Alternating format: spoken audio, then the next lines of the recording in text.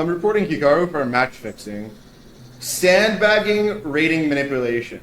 He has been reported. Good job, Hikaru.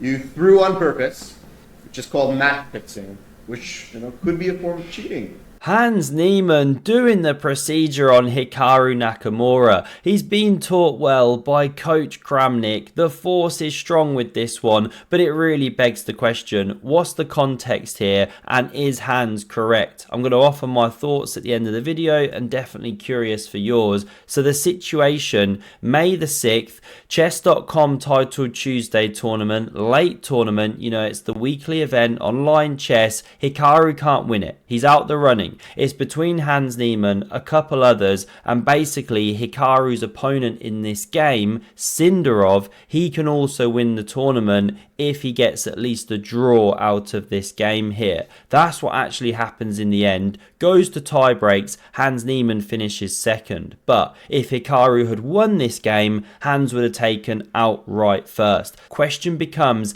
did Hikaru deliberately throw the win here just to stop Hans Niemann winning the tournament? High drama to come, but first, we do need to talk about these elephant wrinkles in the room. You can finally see them in 4K, stunning clarity, the 5 head in all its glory. Why? Well, because of this little bad boy, the OBSBot Meet 2 AI-powered 4K webcam. I've been using it for a couple of weeks now, had a lot of comments about the quality of the picture here, and it really is night and day. When you look at where I was, what I was using, now I'm on to this one. I wish I'd done this thing sooner. And it's not just the picture quality actually. The other day I released this video here. Audio went down on my main mic, so it got picked up by the omnidirectional mic on the Meet 2, and I apologise for the audio when I was releasing the video, but lo and behold, not a single person complained, and I had these comments saying that the audio was great. What a great little webcam, super cool features here, easy to unbox,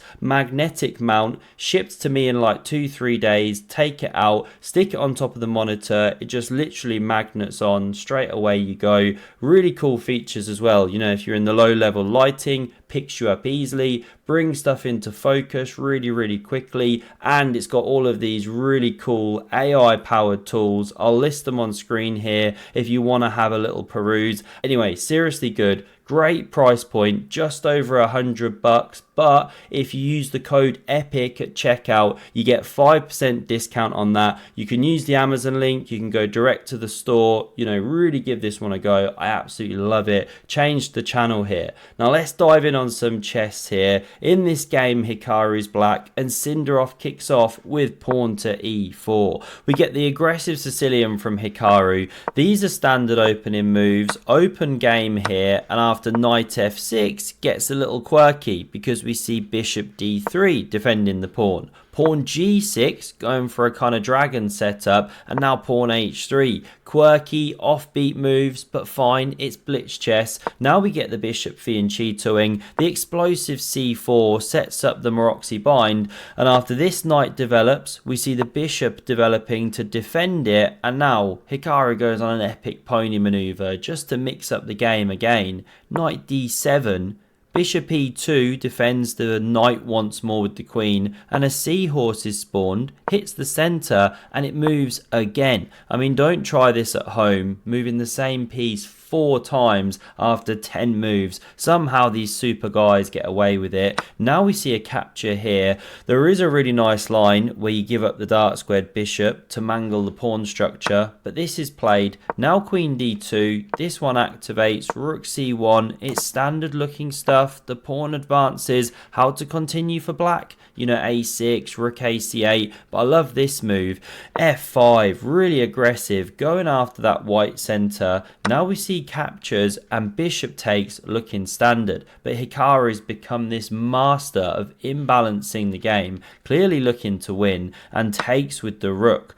Now it runs slap bang into this skewering the rook to the bishop. And if you try rook f6, rook f6 here, well then you're running into this bishop one. So the rook comes here, keeps this one pinned, but you can legit go f4 and you just win an exchange. Black's best is to take off here, and then you do get counterplay with the dark squared bishop and the exposed king, but white's better. However, Sindarov doesn't like it. He plays this one instead.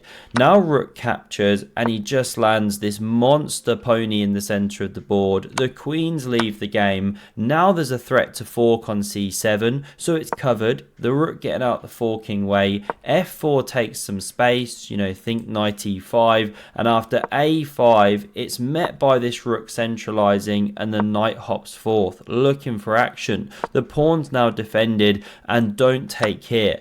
Might look natural just to chop some pieces right, but it's a great endgame for white because now the rook invades. This one's a bit offside. If you block, I never checked it out, but one of the problems here, however you recapture, is the king marches so fast in. So we didn't see takes on d5. Instead, the knight drops back, and there is now a threat to go bishop b2. So rook b1, best move, but it's just completely missed by Sindarov. He plays king d3, allowing this simple tactic, and now you have to fight back with some tactics of your own. I like this next move, keeps it sharp, and it's bishop d2 after a think, saying fine, you can take me, and actually this is how the game proceeded. I'll then take you here, and this is the point. We've both won a rook. However, now Hikaru does win a pawn in just a moment. First the rook is hit, now the pawn is gobbled up, but it allows Sindarov to unleash a brilliant move here. Great tactical shot. Do have a look if you want, but it is really not easy. So the best move here is bishop takes on a5. Now when I saw this and knight recaptures, I figured that this was the point to win back the piece. But after bishop b4 takes, actually this is good for black because you take here and then you land this check. It's a monster of a knight. It's a great end game for black. So we come back. That isn't the idea. This is the idea. So you're actually just straight giving a piece. King g8 looks natural to stay with the pawn, but then anyway you run into knight f6, check, and the pawn dropping. So king f8 is played, the pawn drops off the board here, and you start to see the play that white has got for the piece. Rook e8 is the best move. There is a threat to check here and win the rook. However, this one was played to cover that key square, but it allows now this great move, knight e7, and not only do you hit the rook, which now moves, we understand now why it would have been better there immediately, but now this pawn drops with check. That's 3 pawns for a bishop. They're connected, they're running. We see king g8 hitting the rook. Best is technically rook e7, offering a rook exchange, which black doesn't want. The pieces need to work together against the pawns, but rook d7 played. It allows this one to now drop, and there's a huge threat to check and win an entire rook. So first we see a check, king f8, another check, king back, another check. I mean, look at this. Sindarov looking for a threefold, almost as legendary as this one. Right. And there it is. And there it is. Wow. Well, we just said the same exact Did we just thing. say the same exact... Did we just do that 3 times? Seriously? But Hikaru's not giving it to him. He staggers up the board here, walks into the discovery, but there's no good discoveries actually. The pieces are safe. Now that pawn drops, can white get these pawns running here? We're about to find out. First we get the check, and it's such an annoying move because you want to go, say, king d2 to stop the rook from invading, but then you run into this one, and it's check, and the rook drops off. So Hikaru's just in time after king c2 to check here, drive the king to another square, and still hold the bishop while he now picks off a pawn, and a key pawn it is. Rook d8 check played, king f7, the rook spins around, hits the knight, and we're approaching crunch time because the knight's now defended and it opens up the rook to check from b2. But here's the big thing. King c1 running for the hills is one of the best moves. f5 is played, and it's a massive mistake because here Hikaru has mate in 8. I'm a poet and I don't know it. Now, what's the checkmating idea? The pattern, do feel free to look for it. So the move you should play is knight to b3, with the simple idea being you shut the trap on the black king. Every square is now taken, so you're threatening rook b2, check and mate. And how does white fight against it? There's nothing. There's absolutely nothing. You can check, but you cannot bring any pieces back. You cannot interpose. You can just kamikaze stuff and then get mated. So that's how the game, in Hans Niemann's opinion, should have gone, right? And in the objective chess god's opinion, that was the move to keep Kosha happy. Kosha, Kasha, never know how to say the goddess of chess name, but that was the one. However, knight d3 played by Hikaru restores the game to dead level, because now there's a check and the pawn is won. And it covers the square. You know, the knight was back here. Sorry, it was going to be here, and the pawn would have the knight would have blocked the way, and you do the checkmate. No longer possible. Knight c5 hits it, check, king goes, pawn runs. Now it's blockaded or gone behind. We see this one attacking the rook, saved. The knight saves itself too. And long story short, Hikaru starts doing a mop-up job on these pawns here. But even when all's said and done, even when he finally wins that last white pawn, which is how the game now proceeds, does he have enough winning material here? Well, no, he doesn't. We see an exchange of the pieces. We're landed in this endgame, and it's just a theoretical draw. Now, just for the lols, he makes the entire tournament wait for him to play out like 116 odd moves. So we're really going to rattle through here. We just passed move 100 now. We're still going for another 18 or something. This is how the game went. And finally here, a draw was agreed on move 117. And with that, Hans Niemann goes to tie breaks with Sindarov, finishes second. So let's replay to the absolute critical moment and examine a couple of things. After pawn f5, mate in 8 can be delivered with knight b3. Should Hikaru have spotted it?